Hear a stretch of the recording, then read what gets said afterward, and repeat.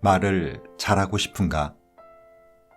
그렇다면 당신이 먼저 배워야 할 것은 말하고 싶은 욕구를 참는 것이다. 설득을 잘하고 싶은가? 그렇다면 당신이 먼저 배워야 할 것은 논리적인 설득이 아니라 감성적인 설득이다. 말싸움에 밀리고 싶지 않은가? 그렇다면 당신이 먼저 배워야 할 것은 말싸움에 휘말리지 않는 것이다.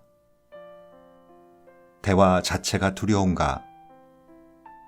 그렇다면 당신이 먼저 배워야 할 것은 대화법이 아니라 두려움에 맞서는 법이다. 말 센스가 뛰어나고 싶은가? 그렇다면 당신이 먼저 배워야 할 것은 말이 아니라 센스다. 책 읽는 다락방의 죄입니다. 말은 대화를 위한 것이고 대화는 소통을 하기 위해 합니다. 그리고 소통에서 가장 중요한 것은 공감이죠. 말솜씨가 좋다, 말재주가 좋다는 의미는 하고 싶은 말을 설득력 있고 지루하지 않게 하는 재주일 겁니다.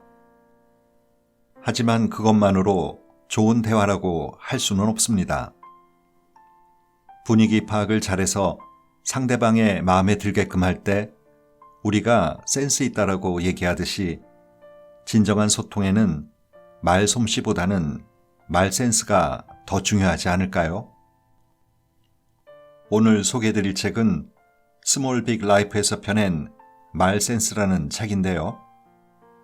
저자인 셀레스트 헤들리는 미국 토크계의 황제 레리 킹을 잇는 대화의 연금술사라 불리워질 정도로 소통을 잘하는 대화술로 명성이 높은 베테랑 방송인입니다.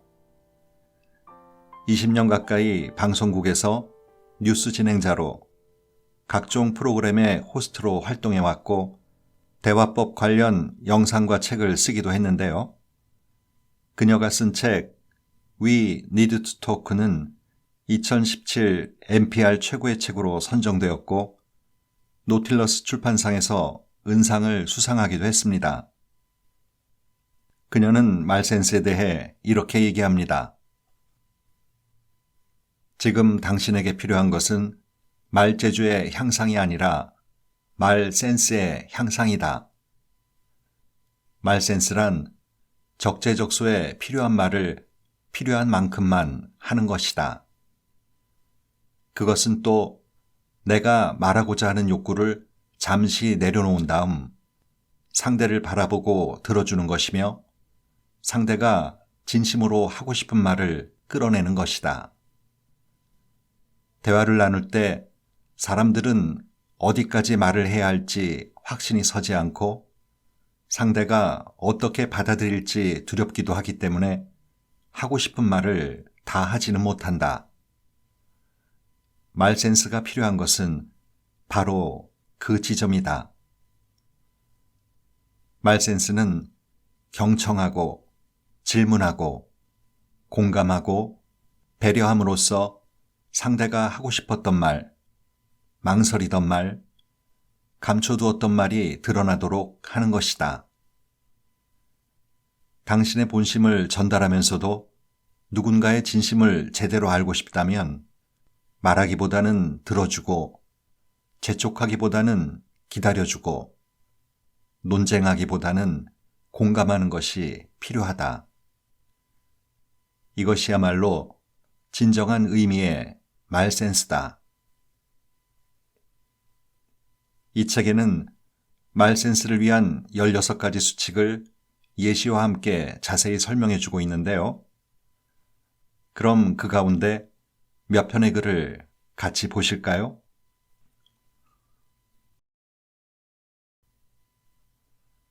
주인공이 되고 싶은 욕구를 참아낸다. 우리는 상대와 대화를 나누기보다 자기 하고 싶은 말을 하기에 바쁘다. 상대가 보고 느끼고 생각하는 것을 언제나 나와 결부시켜 얘기하는 것이다. 이래서는 상대를 제대로 이해할 수 없다. 나에 대한 이야기에서는 내가 주인공이지만 상대에 대한 이야기에서는 상대가 주인공이 돼야 한다. 몇 년 전 내가 좋아하는 한 친구의 아버지가 돌아가셨다. 장례를 치른 후 어느 날 그 친구는 사무실 밖 벤치에 홀로 앉아 멍하니 지평선만 바라보고 있었다. 그녀는 극도로 심란한 상태였기 때문에 나는 무슨 말을 해줘야 할지 알 수가 없었다. 슬픔에 빠져 취약해진 사람에게 적절한 말이 무엇일까 고민을 하다가 나는 내가 아버지 없이 자랐다는 사실에 대해 이야기를 늘어놓기 시작했다. 내가 9개월밖에 안 됐을 무렵 아버지가 잠수함에서 익사한 이야기를 들려주면서 아버지의 얼굴조차 알지 못했음에도 항상 아버지의 죽음을 애통해했다고 말했다.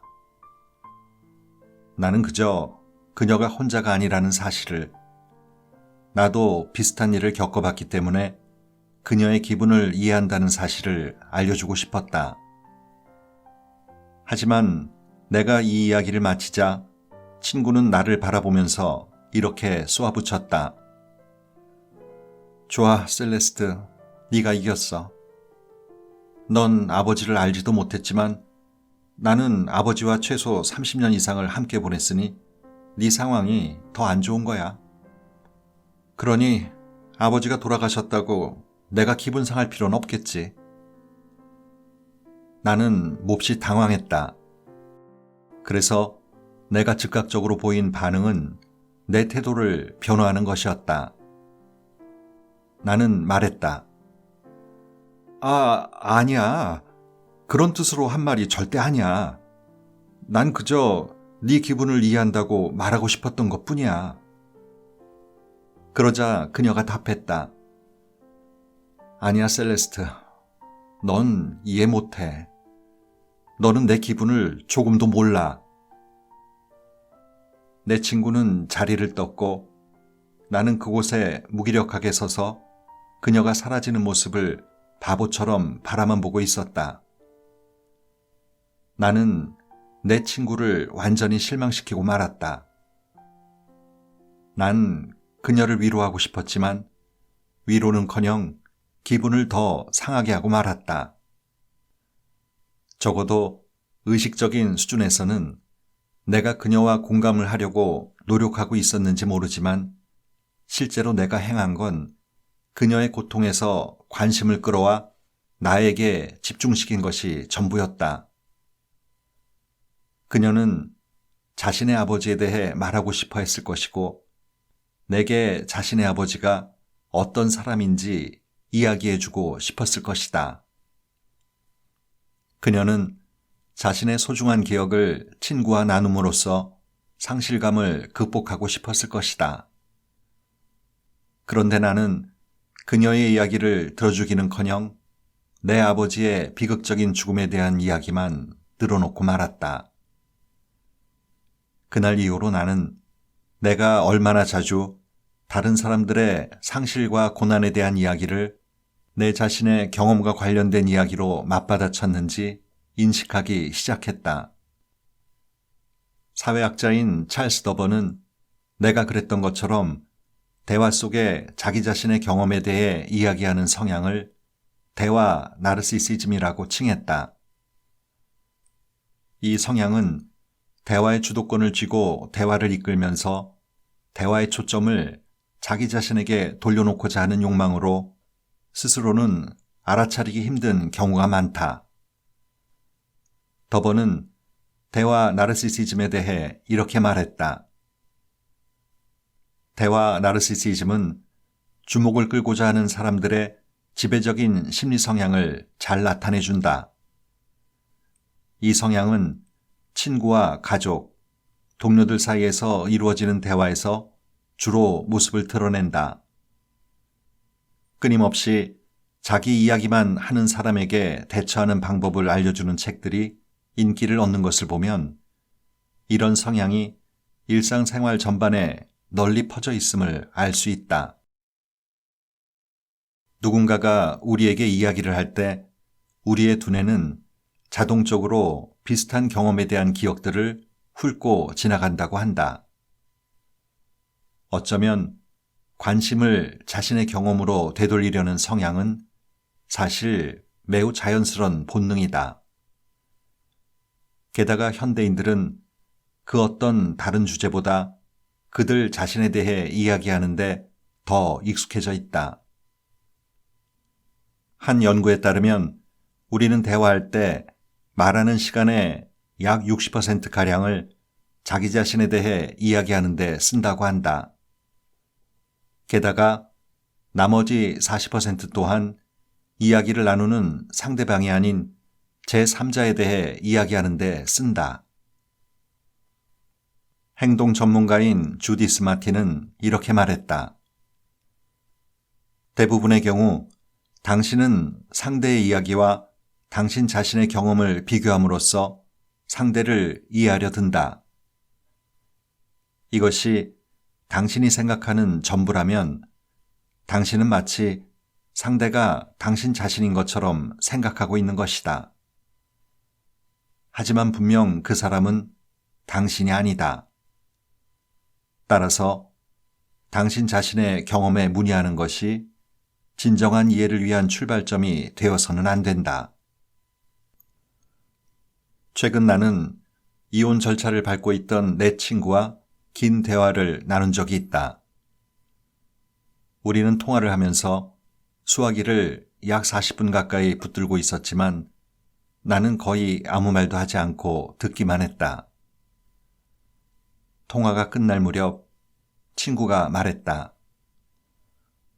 조언 고마워. 네 덕분에 문제가 조금 해결된 것 같아. 조언이라니? 사실 나는 아무 조언도 해주지 않았다. 내가 한 말이라고는 힘들었겠구나. 참 안타깝다와 같은 대답들 뿐이었다. 이 경험이 말해주는 것은 무엇인가? 친구에게 필요했던 건 내 조언이나 내 이야기가 아니라는 사실이다. 그녀는 그저 자신의 이야기를 들어줄 사람이 필요했던 것이다. 대화란 주고받는 것이다. 그러나 그 주고받는 것이 꼭 말일 필요는 없다. 눈빛만으로도 감정을 공유할 수 있고 표정만으로도 상대에게 나의 느낌을 전달할 수 있다.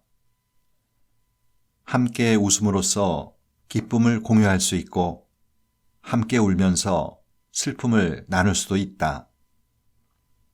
물론 어느 순간에는 말이 필요하다. 상대가 잘못된 판단에 따라 잘못된 행동을 하려고 할 때는 말로 설득할 필요가 있다. 상대가 나에게 자신이 잘 모르는 것에 대해 설명을 요구하면 그 또한 논리적으로 잘 설명해 줘야 한다. 하지만 대화의 절반은 말이 아닌 것들이다. 숨소리, 표정, 몸짓, 그리고 침묵 속에 말보다 더한 공감력이 있다. 대화를 잘한다는 것은 그러한 비언어적 공감력을 발휘할 줄 안다는 것이다. 말을 해야 할 때와 말을 하지 말아야 할 때를 구분할 줄 안다는 것이다. 그리고 대화의 나머지 절반도 말하는 것만으로 채워지는 것은 아니다. 말하는 것보다는 듣는 것이 더 많아야 한다. 상대의 말에 공감해 주기 위해 굳이 내 얘기를 꺼낼 필요까지는 없다. 그저 들어주는 것만으로도 훌륭한 공감력을 발휘한 것이다. 대부분의 경우 대화의 초점을 나에게 되돌리는 행위는 상대에게 도움이 되기보다 해를 끼칠 가능성이 더 높다. 대화 중에 내 자신과 관련된 얘기를 아예 하지 않는다면 어떻게 될까? 그것 때문에 대화가 방해받을 이유는 전혀 없다. 사람들이 입은 다물되 귀는 열어두라고 말하는 데는 다 이유가 있다.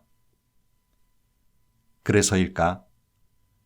로마 시대의 정치가이자 철학자 카토도 이렇게 말했다. 나는 말하는 것이 침묵하는 것보다 좋다는 확신이 들 때에만 말한다. 물론 우리가 모든 대화 상황에서 카토의 말처럼 할 수는 없을 것이다. 하지만 누군가와 대화를 나누기 전에 카토의 말을 한 번 더 되새긴다면 대화는 보다 발전적이고 생산적이 될 것이다. 머릿속의 생각은 그대로 흘려보낸다. 대화를 하는 동안 우리는 계속해서 다른 생각에 사로잡힌다. 나라면 이랬을 텐데, 그땐 이랬어야지. 왜 그런 생각을 고집할까? 이런 식으로 계속 생각하는 것이다. 이것은 결국 상대의 말에 내 얘기를 끼워 넣고 싶은 본능이다. 그 본능을 흘려보내라. 그래야 진정한 대화가 가능하다. 대화 상황에서의 행동을 묘사하는 양털 걷어모으기란 온갖 종류의 잡념이나 백일몽에 탐닉하는 습관을 나타내는 데 사용된다.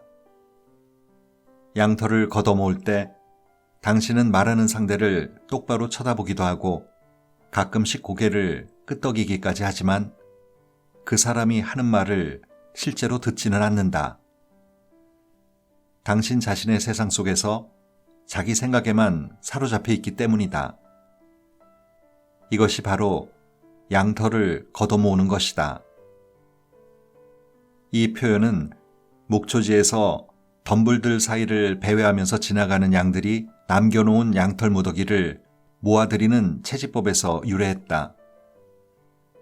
이런 식으로 양털을 모을 때는 정해진 방향도 분명한 길도 없이 흰색 털뭉치가 보이는 오래된 덤불들 사이를 느긋하게 걸어다니기만 하면 된다. 대화에서 잡초밭이란 불필요한 내용을 시시콜콜 떠들어대는 것이다. 잡초밭에 빠지게 되면 대화는 중심을 잃고 부질없는 이야기들만 난무하게 된다. 대화 상황에서 취하는 태도가 잡초밭으로 들어가기인지 양털 걷어모으기인지는 대화를 흐트리는 주체가 누구냐에 따라 결정된다. 즉, 잡초밭으로 들어가기 위해서는 화자의 정신이 산만해지지만 양털 걷어모으기 위해서는 청자의 정신이 산만해진다. 다른 누군가가 말하는 것을 듣는 동안 오만 가지 생각을 마음속에 떠올리는 건 완전히 자연스러운 일이다. 나비 한 마리가 날아가거나 우스꽝스런 티셔츠를 입은 남자가 지나갈 때 주의가 흐트러지는 것도 자연스러운 일이다. 또 이야기를 나누고 싶은 다른 주제에 대해 생각하거나 상대의 말을 듣는 동안 떠오른 생각에 흥분하는 건 역시 완전히 자연스러운 일이다. 이런 유형의 잡념들은 그 자체로 나쁜 것도 아니고 심지어는 비생산적인 것도 아니다. 하지만 무작위로 떠오른 그런 생각들을 대화 속에 삽입해 넣으려는 것은 다른 문제다. 그 순간 대화의 질은 급격히 떨어지고 사랑과 우정에는 금이 갈 것이다. 양털 걷어모으기를 현실로 옮기는 순간 당신은 상대를 뒤에 남겨둔 채 자기만의 세상 속으로 떨어지게 된다. 대부분의 사람들이 대화가 자유롭게 흐르도록 내버려 두는 것을 어려워한다. 그렇게 하려면 자신의 통제권을 포기해야만 하기 때문이다. 대화 상황에서 우리는 종종 대화라는 그 자동차의 운전자 역할을 맡고 싶어 한다. 그런데 양털 걷어모으기는 운전대를 계속해서 움켜쥐는 하나의 방법이 될 수 있다. 대화의 방향을 돌리고 싶을 때마다 양털을 주우면 그만이기 때문이다.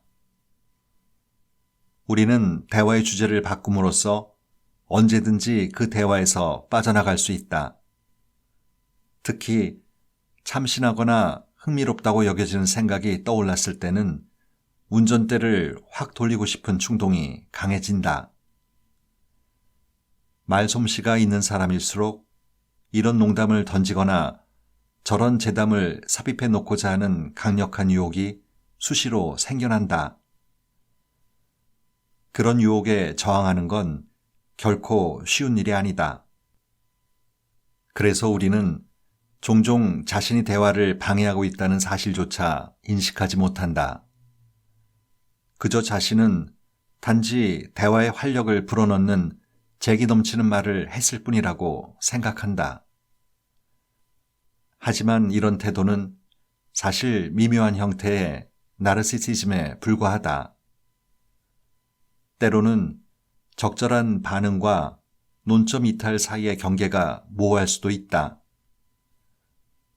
대화의 방향성이 항상 뚜렷한 것은 아닌 만큼 자신의 말이 대화의 경로를 어떻게 바꿀지 예측하기 힘든 것이다.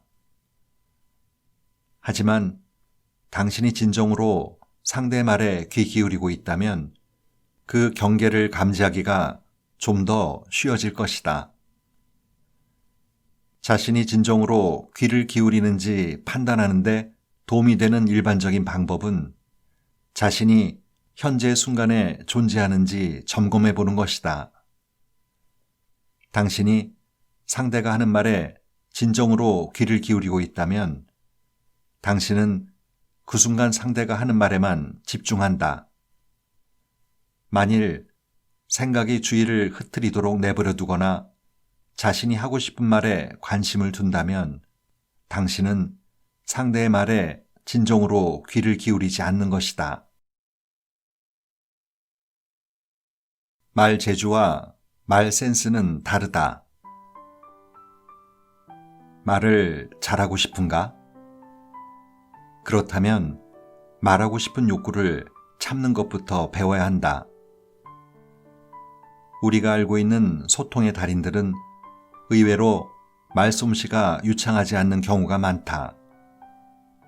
그들의 말은 절제돼 있고 과도한 제스처도 사용하지 않으며 오히려 들어주는 것에 능숙하다.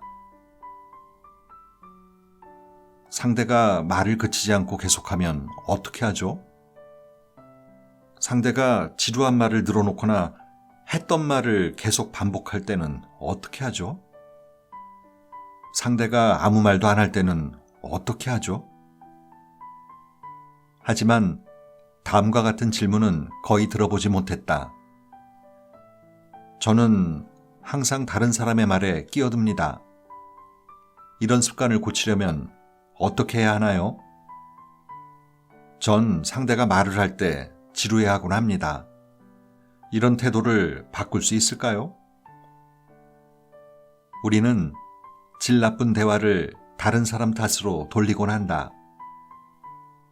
처음 만난 날 어색해서 참기 힘들었다면 상대가 너무 말재주가 없었기 때문이고, 저녁 밥상에서 대판 싸웠다면 상대가 멍청한 무례한이기 때문이다. 대부분의 사람들은 자신이 대화에 꽤 능숙하다고 생각한다. 이 책을 읽고 있는 당신이라면 아마도 자기 자신의 대화 기술에도 개선할 여지가 있다는 점을 알아차렸겠지만, 그럼에도 여전히 자신의 대화 능력은 평균을 넘는다고 생각하고 있을 것이다. 많은 사람들이 대화를 쉽게 생각하지만 훌륭한 대화는 저절로 이루어지는 것이 아니다.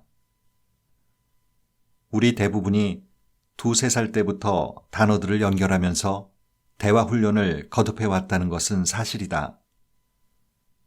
하지만 문제는 우리가 그 기나긴 기간 동안 잘못된 것을 훈련하는데 시간을 허비해 왔다는 것이다. 우리는 똑같은 실수들을 전 생애에 걸쳐 반복해 왔다. 안타깝게도 이 문제를 인식하는 사람은 거의 없다. 사실 우리는 자신의 대화 능력을 우리가 직장에 있든 학교에 있든 아니면 집에 있든 실제보다 훨씬 더 높게 평가하는 경향이 있다. 축적된 데이터 역시 이 사실을 뒷받침해준다. 수많은 연구 결과들은 자신의 의사소통 기술에 대한 우리의 인식이 별로 정확하지 못하다는 점을 보여줘 왔다. 사회심리학자이자 코넬 대학교 교수인 데이비드 더닝은 10년 이상에 걸친 연구 끝에 이렇게 말했다. 사람들은 자신들의 사회적 능력과 지적 능력에 대해 과도하게 우호적인 관점을 취하는 경향이 있다. 또 다른 연구자는 머리가 좋은 사람들이 의사소통에 무능한 경우가 많다는 점도 보여주었다.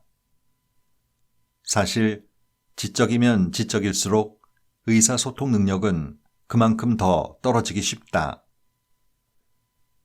나는 나 자신이 나름 똑똑하다고 생각한다. 이 정도는 말해도 괜찮을 듯하다. 나보다 훨씬 똑똑한 사람들과 대화를 나누는 것이 내 일상 업무이기 때문이다. 천체 물리학자나 신경과 학자, 퓰리처상을 수상한 소설가들과 정기적으로 인터뷰를 하려면 지적 능력이 어느 정도는 돼야 한다. 또한 나는 소위 창의적이라 불리는 기질도 소유하고 있다. 나는 음악 관련 학위가 있는 전문적 오페라 가수다. 나는 항상 똑똑하고 창의적인 것이 의사소통 능력이 뛰어난 것과 연관된다고 생각해왔다. 더 구체적으로 설명하자면 내가 그렇게 생각하게 된 이유는 내 발음이 또렷했기 때문이다. 나는 대화할 때 말 하나는 시원하게 잘했다. 하지만 이런 능력은 의사소통 능력과는 전혀 무관하다. 말을 잘한다고 상대의 말을 더 잘 듣는 건 아니며 똑똑한 사람들이 상대의 말에 귀 기울이는 것에는 훨씬 더 형편없다. 또 높은 수준의 교육을 받은 사람들은 논리에 엄청난 가치를 부여하면서 감정의 중요성은 무시해버리는 경향이 있다. 물론 감정에 호소하는 주장만 해서는 논쟁에서 이길 수 없는 것이 사실이지만 대화는 논쟁이 아니다. 인간은 선천적으로 비논리적이고 감정적인 존재이다.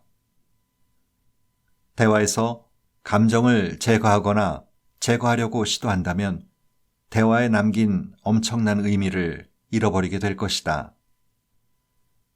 예를 들어 우리는 가끔씩 감정적 반응에 대응하기 위해 사실을 동원하곤 한다. 친구가 임박한 이혼에 대해 이야기를 들어놓기 시작하면 우리는 다음과 같은 말로 그 친구를 위로한다. 나쁘게 볼 거 없어. 결혼한 부부 중 절반 정도는 결국 이혼한다고 하잖아. 걱정 마. 어떤 심리학자는 이혼이 자녀와 건강한 관계를 지속할 기회를 증대시켜 줄 수도 있다고 말했어. 이 말들은 모두 사실이지만 그런 언급은 정서적 지지를 필요로 하는 친구에게는 전혀 도움이 안 된다. 대화는 대학 강의나 테드 강연 같은 것이 아니다. 힘들어하는 친구의 말을 들어주는 것이 아무리 어색하게 느껴진다 하더라도 논리로 도피하는 것은 올바른 반응이라 할 수 없다. 자신의 고통을 토로하는 사람에게 상투적으로 제공되는 위로의 말들을 떠올려 보라. 기회는 얼마든지 있다. 이런 말이 비록 사실일지는 모르지만 나는 그런 말이 막 해고당한 사람에게 도움이 될 것이라고 생각하지 않는다. 그 일은 처음부터 너에게 안 맞았어. 운다고 해결될 문제가 아니야. 사람들이 쳐다보잖아. 이런 말 역시 위로와는 거리가 멀다. 논리를 통해 감정적인 문제에 접근하려는 전략은 실패하기 마련인 것이다. 논리는 감정을 무력화시키고자 시도하지만 감정은 약점이 아니고 무용한 것도 아니다. 인간은 사회적 동물인 만큼 우리의 감정은 유용한 동시에 중요하기도 하다. 대화 당사자들이 IQ와 EQ를 모두 사용할 때만 비로소 훌륭한 대화가 이루어질 수 있다. 또 논리를 동반한 지성은 훌륭한 대화를 방해하기도 한다.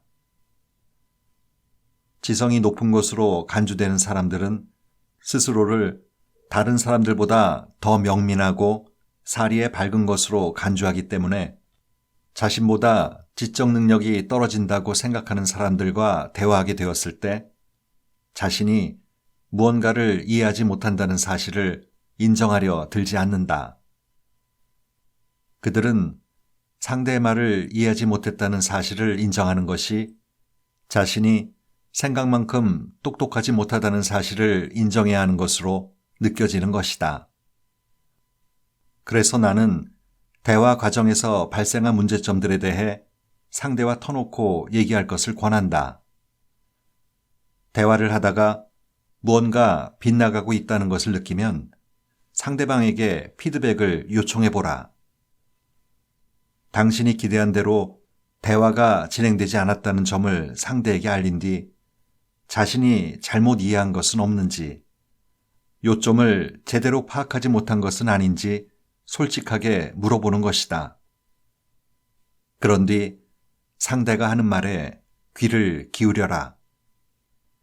기분 나빠하지 말고 상대가 하는 말을 잘 들어보라. 아마도 처음에는 형제 자매나 친구처럼 친한 사람에게 물어보는 것이 좋을 것이다.